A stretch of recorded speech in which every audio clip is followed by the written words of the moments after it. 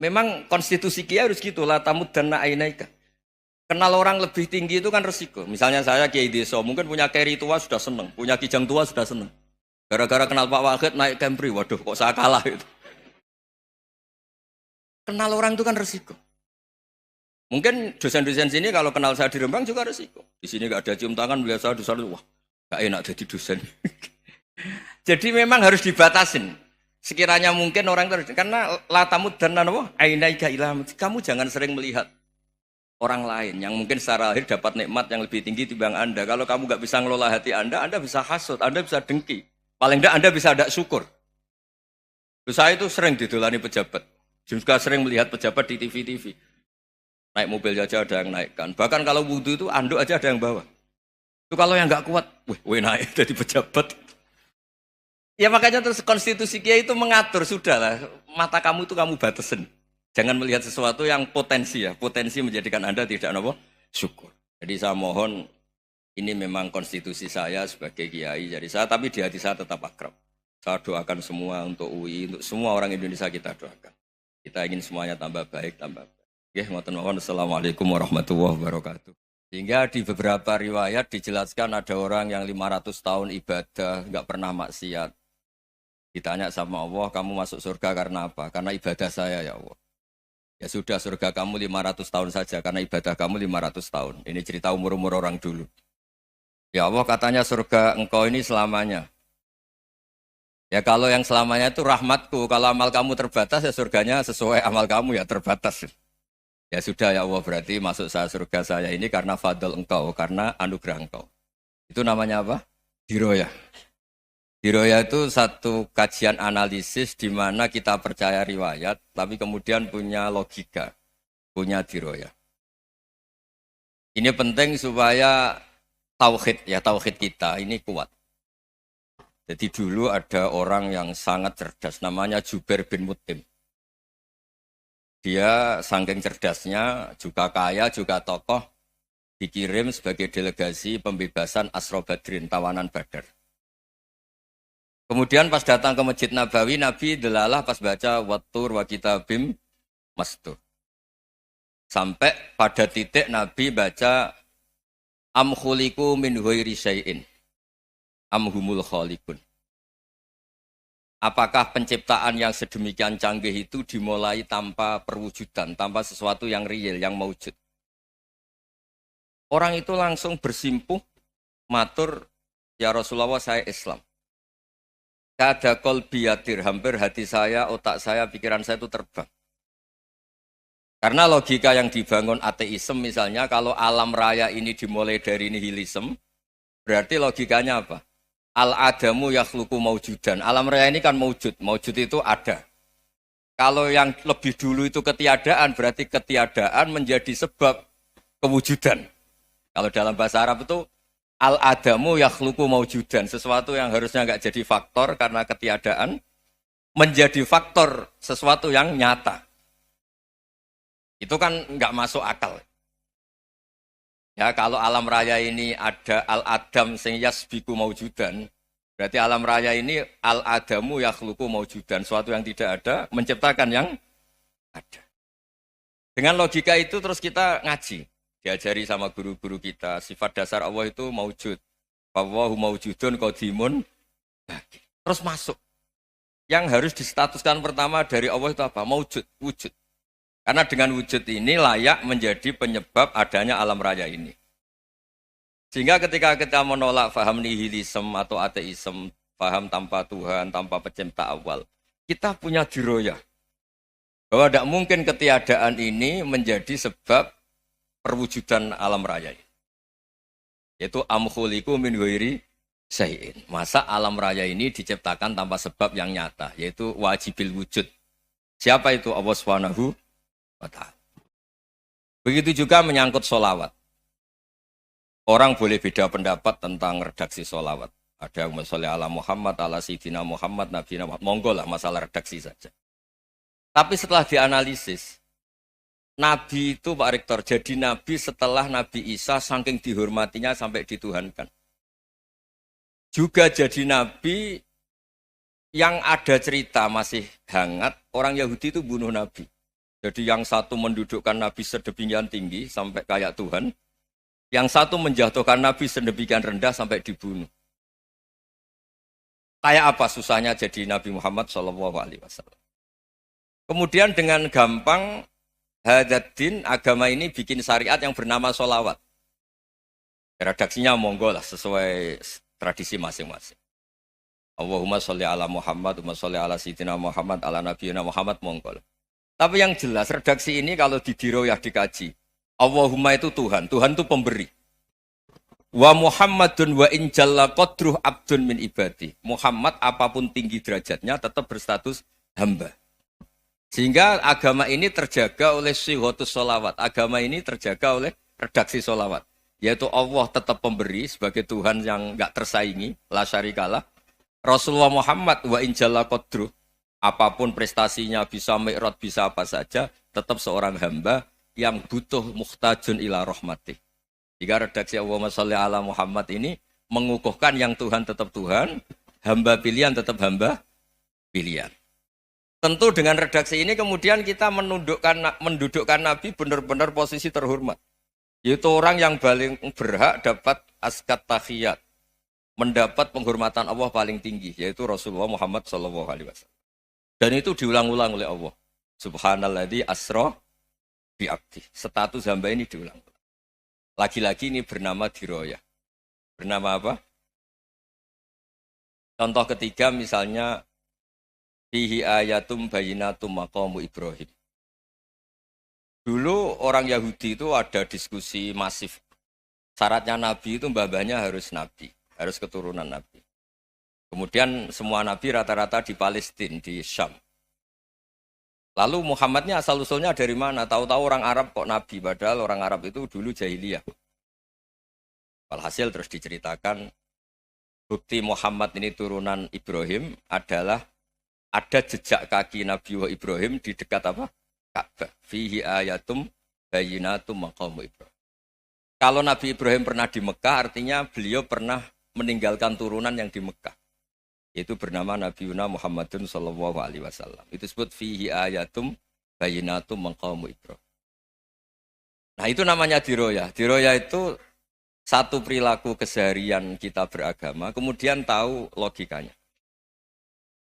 Yang keempat misalnya, mangkana yu'minu billahi wal yaumil akhir fal yukrim apa? Jahro. Orang yang iman karena Allah dan Rasul, maka memuliakan tetangganya. Andaikan pakai hukum sosial, tentu kalau tetangga kita baik, kita baik. Kalau kurang baik, kok kurang penggawean kan gitu. Tapi dulu itu pernah ada seorang ulama itu dibully ya, dikerjain sama anak muda tetangganya. Pak Kiai datang ke rumah saya, orang ini datang. Kemudian setelah di rumahnya, saya tidak jadi butuh sama Pak Kiai, silahkan pulang. Itu Kiainya senyum menikmati. Dan itu terulang 3 kali. Dibully seperti itu, dikerjain terulang 3 kali. Lalu tetap Kiainya tuh asik, seneng sekali. Lama-lama muda ini tanya, kenapa engkau tidak tersinggung? Padahal saya kerjain sampai 3 kali. Tak undang, terus tak suruh pulang, tak undang, tak suruh pulang. Kata Kiai tadi, yang memerintahkan baik sama tetangga itu Allah. Jadi saya nikmati ketika bisa baik sama Anda. Tidak ada urusannya dengan perilaku Anda yang menolak saya. Nah itu terus kita tahu, memang motifnya kita baik sama tetangga karena iman sama Allah dan Rasul, bukan hukum kompensasi sosial. Jadi kalau mau diteruskan Pak Rektor, saya ngajar di sini ya karena perintah Allah itu orang alim harus ngajar, bukan karena perintah Rektor. Kalau diteruskan. Ya saya mohon juga gitu, para dosen, para karyawan di sini, kalau nggak khianat dengan UI itu karena takut sama Allah, jangan takut sama Rektor. Kalau Anda baik juga karena Allah, jangan baik karena apa? Rektor. Bagaimanapun ya semua kita ini makhluk. Makhluk itu la yadurru wa la yanfa. Begitu juga melihat Indonesia. Melihat saya ini kan ikut di UI itu lama sekali, ikut sama Profesor Zeni, dari Profesor Zeni nulis tafsir. Mungkin Pak Hersoyo tahu banyak, dulu Pak Lutfi ya tahu banyak. Tapi saya memang nggak pernah terbuka karena ya memang nggak ingin sebenarnya. Kondisi ini kondisi darurat. Sehingga saya tahu cara berpikir Profesor Zaini, ya tahu komitmen beliau pada UI. Dan pendiri UI memang ya banyak yang dari tokoh NU, Muhammadiyah, dari tokoh-tokoh ormas yang lain memang didirikan banyak orang. Hingga UI memang nggak milik ormas apa tertentu. Dari satu sisi memang baik, nggak dikuasai ormas tertentu. Tapi nanti kalau keterusan ya nggak berbentuk. Ya sudahlah dikelola saja. Sambil-sambil jelas, sambil-sambil kadang nggak jelas, yang penting ikhlas tadi. Karena kalau terlalu asobia itu jadi repot. Kita ini yang nekuni fikih itu tahu, kalau udah kuno itu madhabnya Hanafi. Kuno itu madhabnya Syafi'i. Tahu-tahu seakan-akan Imam Syafi'i itu NU, Imam Abu Hanifah itu Muhammadiyah. Padahal ini orang-orang yang sebelum NU dan apa? Muhammadiyah. Jadi kalau kita yang nekuni ilmu itu biasa saja dengan perbedaan. Tapi kalau orang-orang yang nggak siap dengan perbedaan itu sampai Allah disifati Ta'ala itu tidak terima. Padahal Ta'ala itu maknanya Maha Luhur, yang Maha Agung. Jadi ada seorang kiai kebetulan pidato pertama Pak Rektor. Assalamualaikum warahmatullahi ta'ala wabarakatuh. Di mubalik kedua ini nggak terima karena itu dianggap bid'ah ada ta'ala. Hanya dia bilang Assalamualaikum warahmatullahi ta'ala wabarakatuh. Itu saking asobiahnya itu Allah ditambahi ta'ala itu tidak terima.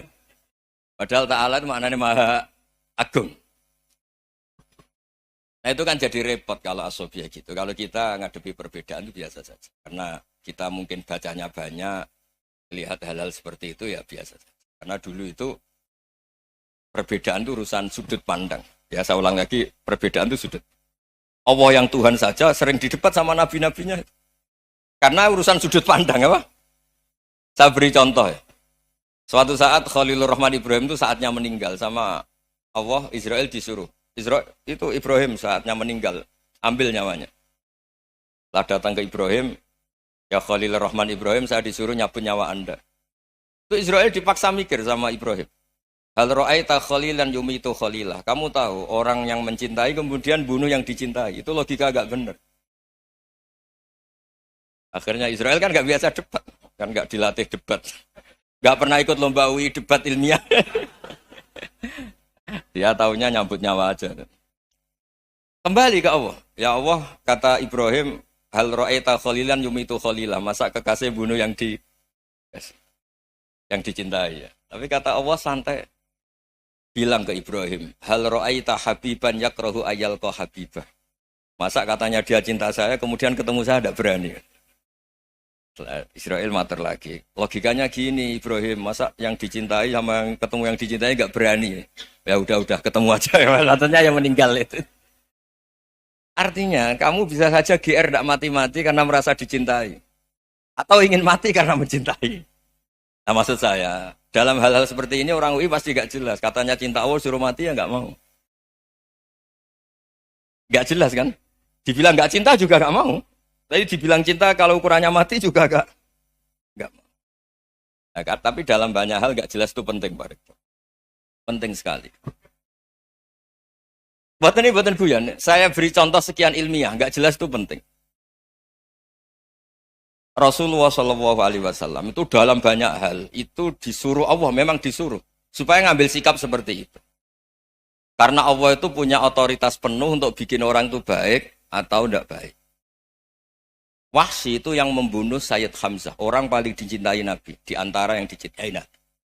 Qatalahu Wahsyun, dibunuh oleh Wahsy. Nabi secara basarnya itu gak suka sama Wahsy. Sampai cara lahir ya ingin, corong Jawa ingin masuk nol. Tapi apa kata Allah? Laisa laka minal amri syai'un aw yatuba alaihim aw yu'adziba. Itu tidak wilayah kamu Muhammad. Malah Wahsy dikasih tobat sama Allah. Khalid bin Walid, itu perang Uhud kalah, itu karena ide brilian Khalid bin Walid. Pas itu masih panglima kafir. Yaitu pura-pura kalah, ghanimah dilepas, sahabat turun, pasukannya naik, walhasil orang Islam kalah. Khalid bin Walid akhirnya juga masuk Islam. Orang yang secara basariah Nabi itu gak siap. Kebalikannya juga ada. Sa'labah itu orang sampai tempat gelar hamamatul masjid. Ini pas ngaji mesti ingat. Salah. Dia di masjid terus. Setiap habis salam tuh lari karena istrinya nyuwun sewu masih berpakaian yang tidak pantas. Kenapa engkau terburu-buru pulang? Pakaian yang dipakai istri saya sekarang saya pakai. Ya pakaian sarung itu kayak Pak Rektor kan fleksibel. Ini khusus mau Ramadan, tidak akan sarungan terus, gak usah khawatir. Jadi ini tadi sudah perjanjian. Saya yang kiai celananan, beliau yang rektor pakai sarung. Jadi iya. Supaya itu barter madhab. Tapi hanya sekali ini aja, bukan. Jadi jangan diharapkan ini jadi tontonan terus-menerus. Dan ini barter madhab. Saya sama Profesor Kores juga sering gitu. Saya pakai sarung yang Dihadiahi beliau, beliau pakai sarung yang dihadiahi saya. Memang itu tradisi Islam. Tahadau tahabu, kamu saling memberi hadiah maka kamu saling mencintai. Bukan riswah, bukan riswah. Walhasil terus Sa'labah ini mbok saya didoakan Nabi supaya saya kaya, supaya tidak sering ganti-ganti pakaian seperti ini sama istri saya. Jangan-jangan kamu miskin itu lebih baik. Ngotot minta didoakan. Didoain Nabi kaya, terus lama-lama ninggal sholat, ninggal jamaah. Itu Allah belum tersinggung. Yang mulai Allah tersinggung itu kan saya sering fatwa di mana-mana, sering memberi saran. Mumpung kamu miskin itu sering sedekah. Karena kalau sudah kaya itu tidak bisa. Saya memberi analogi gini. Kalau saya masih santri miskin, punya uang 100.000, diminta guru saya 50 tak kasihkan. Padahal itu 50%. Punya 2 kambing kurus, diminta guru saya 1 pasti tak kasihkan. Padahal itu 50%. Jadi kalau punya sapi Brahman atau sapi limusin yang harganya itu 100 juta, punya 2, diminta 1 boleh enggak? Enggak boleh. Saya punya motor butut 2, diminta teman saya 1 boleh. Tapi kalau Davidson Harley itu enggak boleh. Itu. Nah, walhasil itu kalau kita miskin, misalnya kita zaman kuliah atau zaman mondok atau zaman apa saja, punya uang 100.000, nartik temannya sampai 50.000 kan biasa. Tapi setelah 1 miliar, berani enggak kamu kasihkan 500 juta? Sama-sama 50%. Enggak kan? Nah Sa'labah gitu, ketika zakat masih per 40 kambing, 1 kambing, itu sebenarnya kan masih ringan. 41, 82. Kambingnya itu sudah mabenal jabalen. Barang dihitung zakat karena sudah ribuan, jumlahnya sampai 400 kambing. Banyak lah pokoknya. Terus kata Sa'labah, ini pemerasan. Karena jumlahnya besar. Allah tersinggung karena nabinya dianggap narik zakat itu dianggap khorat, dianggap pemeras. Allah tersinggung kemudian fa'aqobahum nifakon fi qulubihim ila yaumil. Dia ditegur munafik. Semenjak itu terus tadi kembali gak jelas tadi. Barkohnya gak jelas itu menjadi orang tuh bijak. Ini sekarang nakal, jangan-jangan nanti jadi orang baik. Yang sekarang baik, jangan-jangan suatu saat jadi tidak baik. Semua orang introspeksi. Gak ada jaminan kalau kita sekarang baik akan baik terus. Gak ada jaminan kalau kita sekarang buruk akan buruk terus. Sehingga terus banyak kiai-kiai bijak itu memang lahirnya gak tegas. Tapi gak tegas itu yang menjadikan bijak. Karena sama-sama mungkin. Itu yang disebut laisa laka minal amri syai'un aw yatuba alaihi wa yu'adzibum. Itu tidak wilayah kamu. Ketika Allah mengomentari orang munafik juga wa yu'adzibal munafiqina insya'a aw yatub. Bisa saja ada yang disiksa, bisa saja ada yang dikasih tobat. Karena pola yang kita analisis itu semuanya menurut kita. Bukan menurut kemaslahatan orang apa? Banyak. Saya punya sekian contoh cerita. Orang yang sowan kiai baik-baik, mungkin bawa gula atau salam tempel, tidak tahu lah. Itu tidak mesti jadi wali. Tapi Kalijogo yang kenal Sunan Bonang, itu kenalnya itu karena ingin begal. malah jadi wali. Tapi tidak usah dicoba. Umar itu nyari Nabi itu mau dibunuh. Tapi malah tobat jadi orang baik. Jadi ini penting ngaji ya, supaya tidak tegas itu, tidak jelas itu kadang baik. Nah termasuk saya juga termasuk dia yang milih tidak jelas. Saya sering gojlok gini, Fajar Hadili ini murid-murid saya sering saya gojlok. Kalau semua sistem pendidikan kayak kampus, kayak UII, kayak UIN semuanya, itu sistem yang bagus. Karena tertib jam kuliahnya jelas, mata kuliahnya jelas. Kalau di pesantren itu Pak Arso, itu nggak tertib. Tapi justru itu enak, ketemu di jalan orang berani tanya. Nah ini kalau mbak-mbak misalnya menstruasi, mau belajar haid nunggu semester berapa baru tahu. Itu bisa sekian tahun nggak sholat karena nunggu pelajarannya baru diterangkan. Mau haji juga gitu, nunggu mata pelajaran haji. Kalau nggak jamnya, nggak mau dosennya ngajarin. Ya, kalau kiai kan enggak, ketemu di jalan tanya, dijawab. Jam berapa juga dijawab. Artinya Indonesia itu berkah, ada sistem kampus yang tertib. Ya semoga termasuk tertib gajinya. Tapi tertib gajinya itu juga sebenarnya rugi, saya sering. Ada pegawai negeri Gus, tolong doain saja di PNS, enak aja. Gajinya tetap. Kata saya nggak mau kalau gaji saya tetap. Kok bisa Gus, enak tiap bulan mesti dapat gaji. Kalau tetap nggak naik-naik, kata saya. Kalau kiai gajinya nggak tetap, tapi di atas yang tetap, kata saya. Artinya Indonesia itu berkah. Kalau semuanya pakai sistem pendidikan setertib ini, orang mau tanya haid ya nunggu pelajaran haid. Bab haji ya nunggu pelajaran haji. Tapi kalau ketemu kiai itu enggak. Ya pokoknya saya pernah di pasar, Gus mau tanya. Tanya apa? Anak saya keluar darah terus gini-gini. Padahal biasanya haid hanya 7 hari gini-gini. Ya sudah kembalikan ke biasanya, rudat ilal adat. Itu enggak usah sowan ke rumah. Juga enggak registrasi dulu, enggak daftar dulu. Ya ini enggak nyindir cerita saja. Supaya ini bukti koalisi beneran. Jadi saya yang kiai enggak tertib jam, koalisi sama yang tertib jam. Jadi kalau semuanya sistem kampus, nanti pertanyaan itu enggak bisa on time, enggak bisa setiap saat. Makanya Indonesia itu berkah. Kiai-kiai yang alim yang di jalan-jalan banyak. Juga kiai yang di kampus dokter-dokter fikih banyak. Yang nekuni ilmu umum ya banyak. Macam-macam. Itu masalah itu kalau saling mengadili itu baru masalah. Misalnya kiai ngeluh, enggak enak jadi kiai, enggak punya gaji tetap. Yang dosen ngeluh, enggak dicium tangannya. Karena memang unik Indonesia itu. Kalau guru fikih kok dosen itu tetap enggak dicium tangannya. Karena pikirannya anak-anak itu wong sudah bayar disuruh nyium. Itu kayak di alam sadar tuh gitu. Kalau kiai itu kan anak-anak enggak bayar itu. Ya opanya cium tangan itu. Makanya kalau kiai tidak keramat bisa mati karena cium tangannya doang itu bisa mati itu kiainya. Ya ini cerita. Supaya saling menghormati saling menghormati. Jadi kalau makanya itu pakar-pakar akhlak ya, pakar-pakar etika peradaban. Itu tertampar betul ketika Nabi urusan ilmu itu mengabaikan itu kalau sudah urusan ilmu. Misalnya begini, ada urusan ilmu, ada mbak-mbak cantik atau ibu-ibu cantik. Itu dalam Islam itu diajarkan jangan sopan-sopan banget. Kata Nabi, karena kekuatan ilmu itu di atas kekuatan akhlak, di atas kekuatan adab. Ya nisa an-nabi lastunna ka ahadim minan nisa. Ini taqaitunna fala takhdu'na bil qaul. Fa yatma alladhi fi qalbihi maradun. Misalnya ada mbak-mbak cantik, menarik, kemudian sopan misalnya sama Pak Fajarin sama dosen-dosen. Monggo binara. Wah itu bahaya pikirannya kemana-mana itu. Orang yang imannya pas-pasan, berarti mau. Maksud saya kalau cantik, menarik, ketemu di jalan, biarin aja dosennya mau kemana, biarin aja. Gak usah dihormatin. Kalau dihormatin, Pak mau kemana sadereno bisa bahaya. Nah, biarin aja. Kalau tanya, Dek ini alamatnya mana? Cari sendiri Pak. Karena hanya dengan cara itu, si Pak dosen ini gak kepikiran. Gak ada orang suka, orang kedus itu gak akan. Tinggal sudah cantik, sopan. Wah bisa pikirannya macam-macam. Itu ilmu. Fala takhdu'na bil qaul. Kamu jangan terlalu lirih kalau ngomong.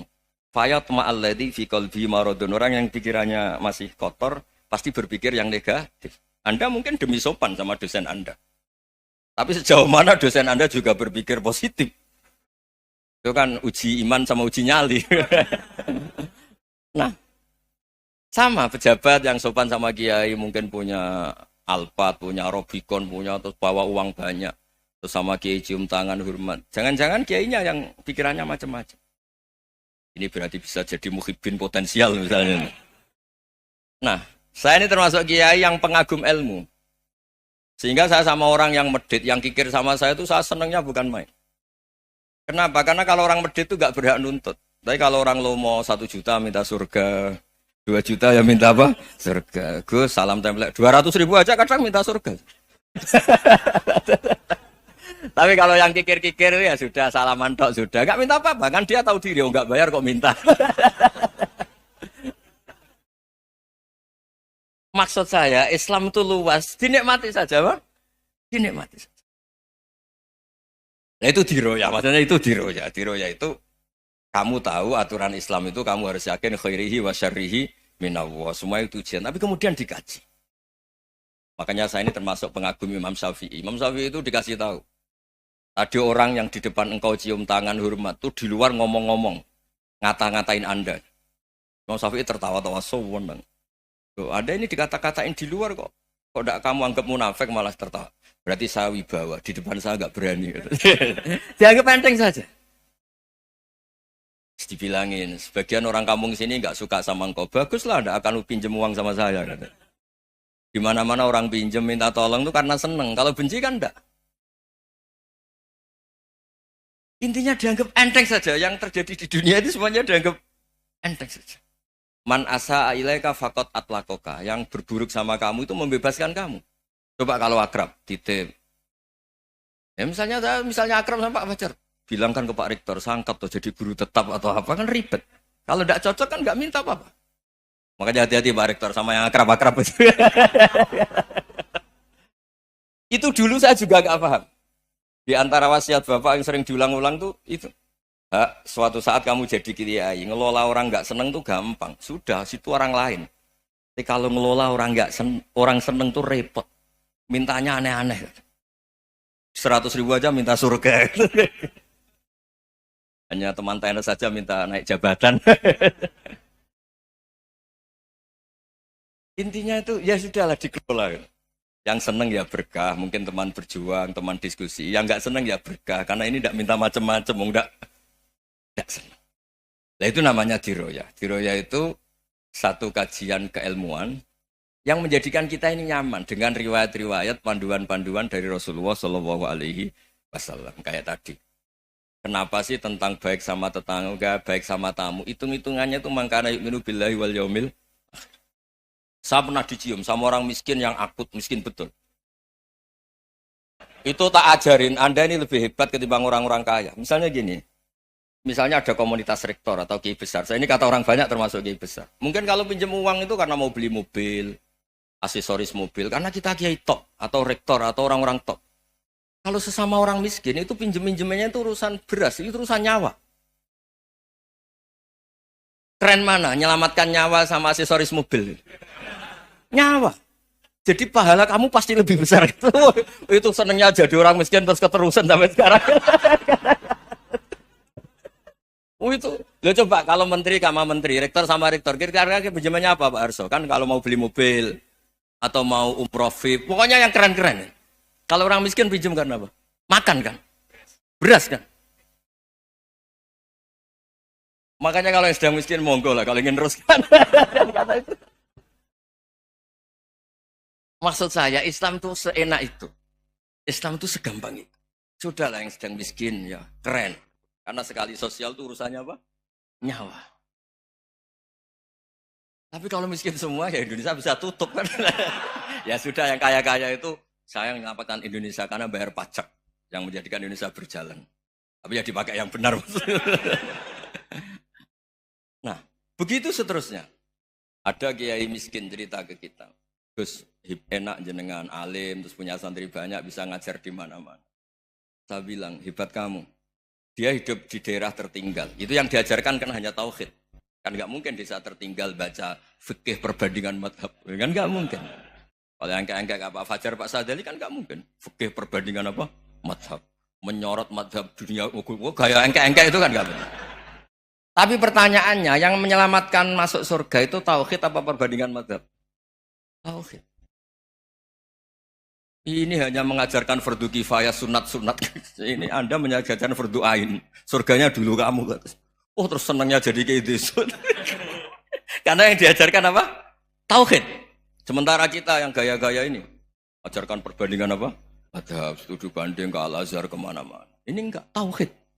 Dari orang nyembah pohon jadi nyembah Allah Ta'ala. Keren enggak? Keren.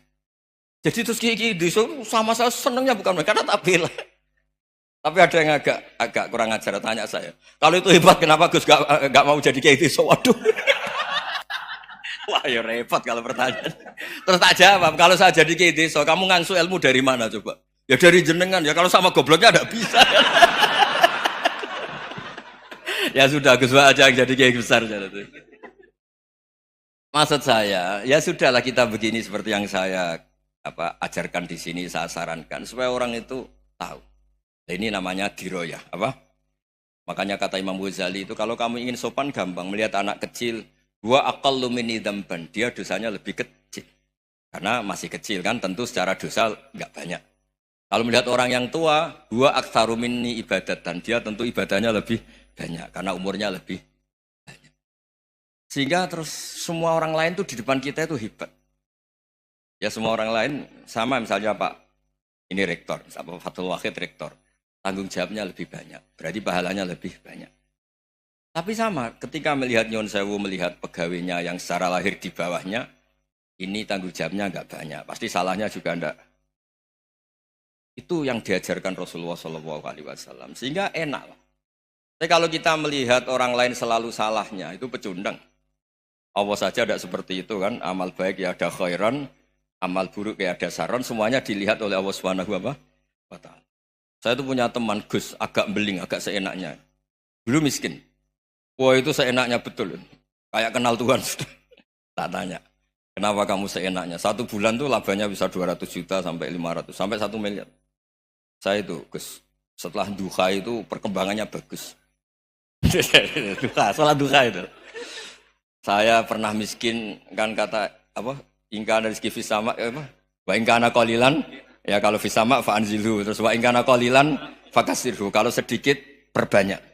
Ini trennya sudah benar semua. Nah, wa ingkana apa?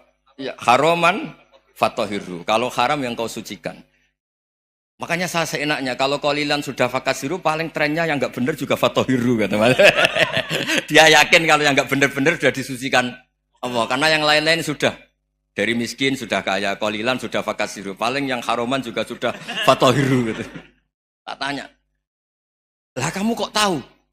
Polanya sudah ada Gus, karena sang kamu sembrono sama Tuhan kok begitu kan.